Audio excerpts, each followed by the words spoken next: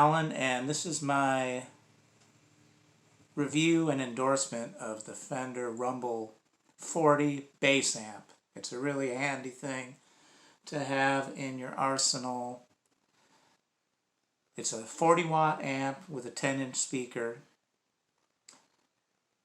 It only weighs about 20 pounds, so it's very easy to deal with as far as even on public transit. You can hop on a train or a bus with this thing very easily, and it actually makes a really nice seat if there's no seats around on the bus. You can just turn it on its side and sit down, and you brought your own comfortable chair.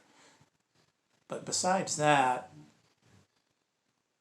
it's only about $200 brand new, and it's really sufficiently loud for most gigs.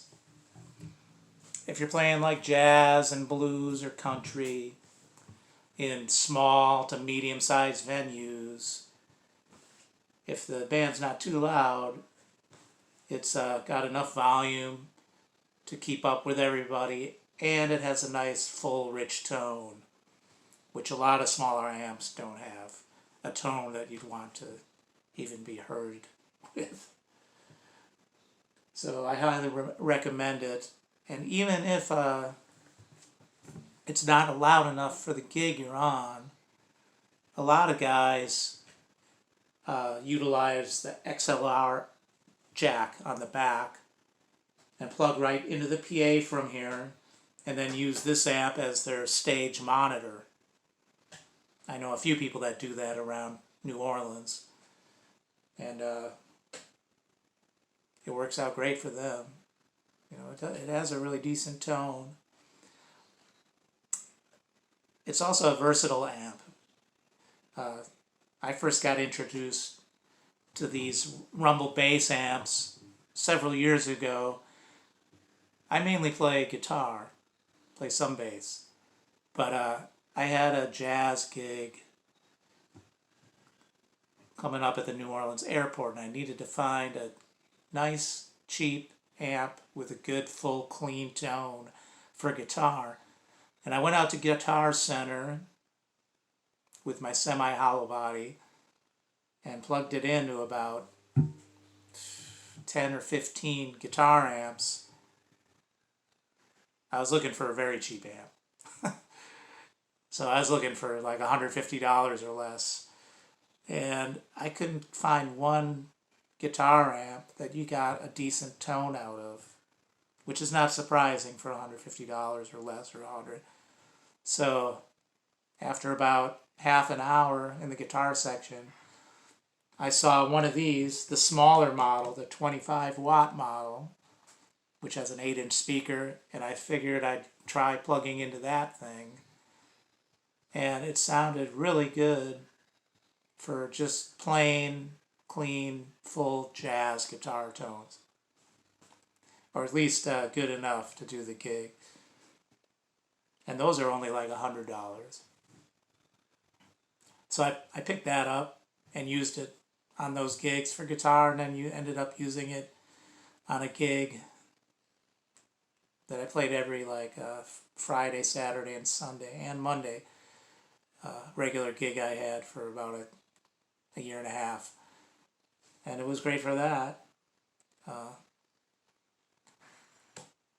As far as the 40, this model goes, we've used this at the restaurant I play at, like in an emergency as a keyboard amp. It does the trick for that. If you're desperate, it doesn't sound bad. It's got a big full tone. You know, as I said, it works as a guitar amp. And I've even done a gig once where the PA broke down and we plugged the microphone into this thing. And it was okay, but better than nothing, you know. So it's a really good thing to have in your car, or you can leave it at a club that you play at regularly. If you see them used on Craigslist, it's worth picking them up, because I paid $100 for this one used, and it's worked great ever since. They look great. They've got that silver sparkle grill cloth and the, you know, iconic vintage Fender logo on the front. And even if it breaks down eventually, it still can make a nice speaker cabinet for bass or guitar, I guess. So I think that's about all I have to say about this amp. There'll be a lot of other videos online going through all the tone controls.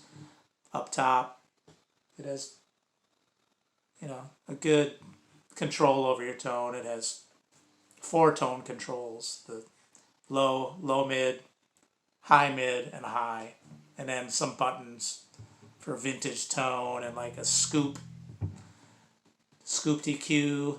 So it's a very versatile amp. It's amazing how cheap they can make them these days. And I highly recommend getting the Fender Rumble 40.